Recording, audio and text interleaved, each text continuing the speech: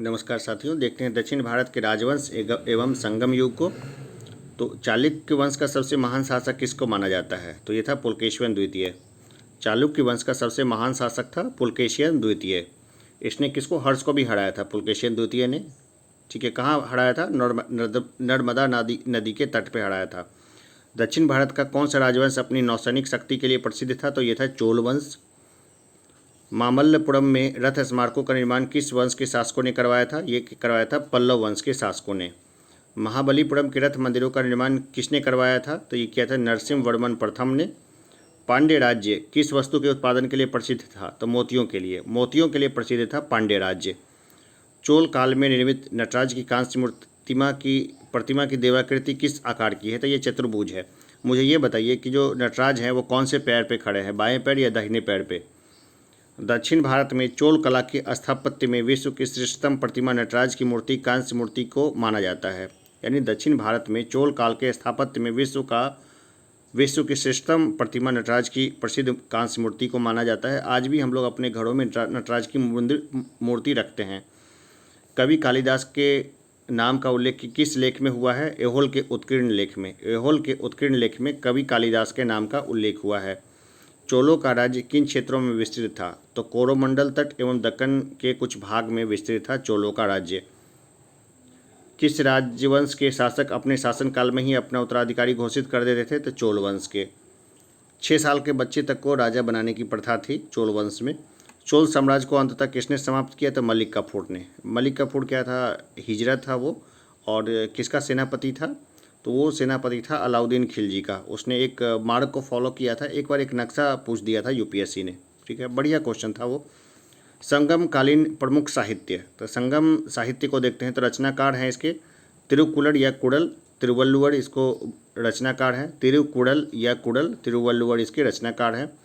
अहनानूड रुद्र शर्मन इसके रचनाकार हैं। तोलकाप्पियर इसके रचनाकार हैं।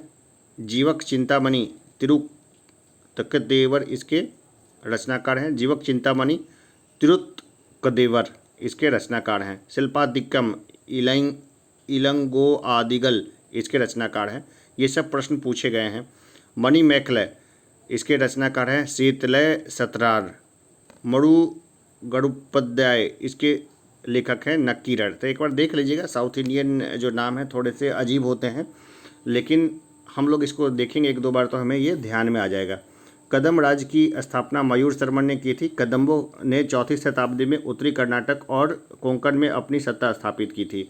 देखिए, कदम राजवंश का जो चर्चा है ना, वो संगम साहित्य में नहीं मिलता है। अब देखते हैं प्रमुख राजवंश, राजधानी तथा संस्थापक। देखिए सब, चोल वंश की राजधानी थी तंजौर और संस्थापक थे विजयालय। चोल वंश राजधानी तंजौर और संस्थापक विजयालय। पल्लव वंश कांचीपुरम राजधानी और सिंह विष्णु इसके संस्थापक। राष्ट्रकूट वंश माणिक्यखेत राजधानी, दंती दुर्ग इसके संस्थापक। होयसल वंश द्वार समुद्र राजधानी, विष्णुवर्धन इसके संस्थापक। काकतीय वंश अम्बकोंड इसके संस्थापक और नहीं राजधानी, और बीटा प्रथम इसके जो है वो संस्थापक थे। बीटा प्रथम काकतीय वंश के कौन थे? बीटा प्रथम। गंग वंश कुबलाल व तलकाड ये उसके राजधानी थी, और ब्रजहस्त प्रथम जो थे उसके संस्थापक थे। पाल वंश की राजधानी थी मुंगेर, और गोपाल इसके जो थे राजा थे। सेन वंश की राजधानी थी लखनौती, सामंत सेन इसके संस्थापक थे। पांड्य वंश मदुरै थी इसकी राजधानी, और नेडियोन जो थे इसके संस्थापक थे। गुर्जर प्रतिहार कन्नौज जो थी इसकी राजधानी थी, और नागभट्ट प्रथम इसके संस्थापक थे। चालुक्य वंश कल्याणी के चालुक्य की बात कर रहे हैं तो माणिक्यखेत इसकी जो थी वो राजधानी थी, या कल्याण भी इसको बोलते थे, और तैलव द्वितीय इसके संस्थापक थे। चालुक्य जो बादामी के थे, ये वातापी इनकी राजधानी थी, और जयसंग प्रथम इसके संस्थापक थे।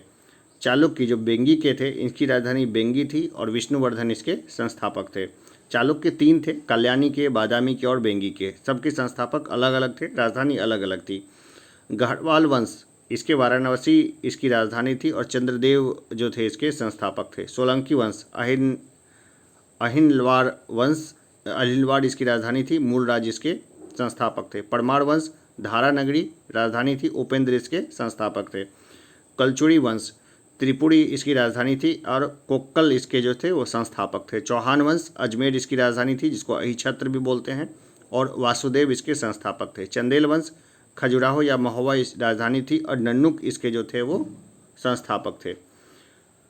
मीनाक्षी मंदिर कहाँ स्थित है? तो मदुरै में पूछा जाता है कई बार। मदुरै नहीं पूछ के स्टेट का नाम दे देगा, तो तमिलनाडु में जो है मीनाक्षी मंदिर स्थित है। चोलों के अधीन ग्राम प्रशासन के बहुत से आलेख किन शिलालेखों में है? तो उत्तर मेरुड़ में है ग्राम प्रशासन।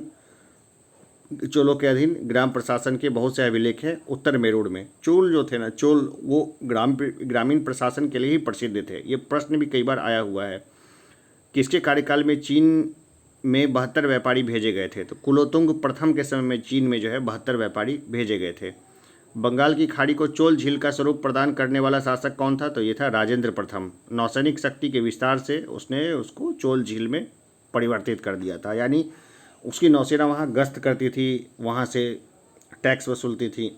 संगम साहित्य में किस दक्षिणी राजवंश का उल्लेख नहीं मिलता है? कदम का उल्लेख नहीं मिलता है। धार्मिक कविताओं का संकलन कुड़ल किस भाषा में रचित है? तमिल में है। कुड़ल जो है वो तमिल में रचित है। कदम राजाओं की राजधानी कहाँ स्थित थी? तो ये थी वनवासी। तमिल रामायण अथवा रामावतरम के लेखक कौन है? यह है कंबन। तमिल रामायणम अथवा रामावतरम के लेखक है कंबन। श्रीलंका को पूर्ण स्वतंत्रता किस चोल राजा ने प्रदान की और सिंहल के राजकुमार के साथ अपनी पुत्री का विवाह कर दिया? तो ये किया था कुलोतुंग प्रथम ने।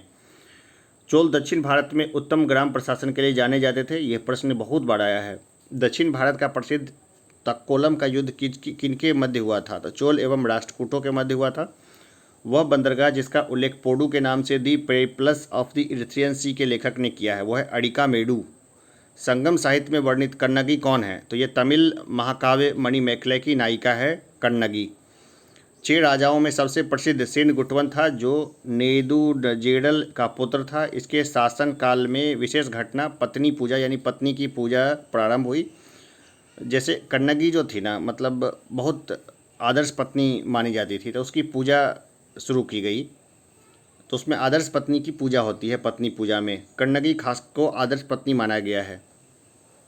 संगम युग का कौन सा ग्रंथ बौद्ध धर्म से संबंधित था? तो वो था मणिमेखले। संगम युद्ध का जो मणिमेखले है वो बौद्ध धर्म से संबंधित है। दक्षिण भारत के किस वंश के राजा ने 26 ईसा पूर्व में रोम में एक दूत भेजा था? पांडे ने भेजा था। रोम में एक दूत भेजा था पांडे ने, जो दक्षिण भारत से थे पांडे, उसने रोम में एक दूत भेजा था 26 ईसा पूर्व में। तोल्काप्पियम ग्रंथ किसे संबंधित है? ये तमिल व्याकरण और काव्य से संबंधित है। तोल्काप्पियम संगम तमिलों का प्राचीनतम उपलब्ध ग्रंथ है। किस नदी को पांड्य राज्य की जीवन रेखा कहा जाता है? तो वेंगी को पांड्य राज्य की जीवन रेखा कहा जाता है। कन्नड़ साहित्य के त्रिरत्न कौन है? तो पंपा, पोन्ना एवं रन्ना। पंपा, पोन्ना एवं रन्ना जो है वो कन्नड़ साहित्य के त्रिरत्न हैं। संगम काल के चोल शासकों में सबसे प्रतापी शासक कौन था? तो वो था कड़िकाल। महाभारत में सर्वप्रथम तमिल अनुवादक कौन थे? तो ये थे पेरुदेवनार। दक्षिण भारत प्रसिद्ध महाकाव्य कुड़ल के लेखक कौन है? तो यह है तिरुवल्लुवर। संगम युगीन चोल शासकों का धर्म क्या था? ये था शैव। संगम युग के शास्त्रीय ग्रंथों की रचना काल क्या है? तो 100 ईसा पूर्व से 100 ईस्वी। राजेंद्र प्रथम ने गंगैकोंड चोलपुरम को अपनी राजधानी बनाया तथा स्वयं गंगैकोंड चोल की उपाधि धारण की। अब बात करते हैं संगमकालीन प्रचलित शब्दावली की।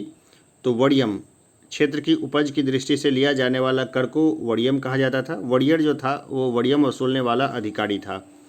कड़ाई भूराजस्व लगान उपज का 1/6 भाग राज्य की आय का प्रमुख स्रोत था। कड़ाई क्या था? भूराजस्व या लगान जो उपज का 1/6 भाग था।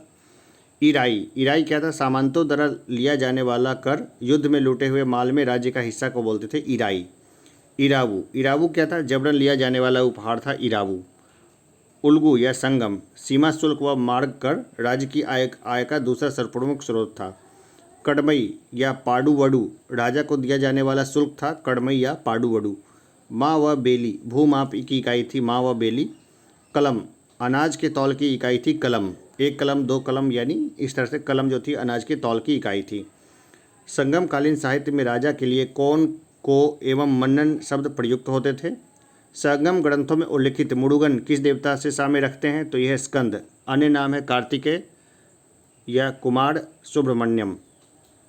प्राचीन तमिल देश में उपजाऊ भूमि कृषि भूभाग क्या कहा जाता था? तो ये कहा जाता था मरुदम।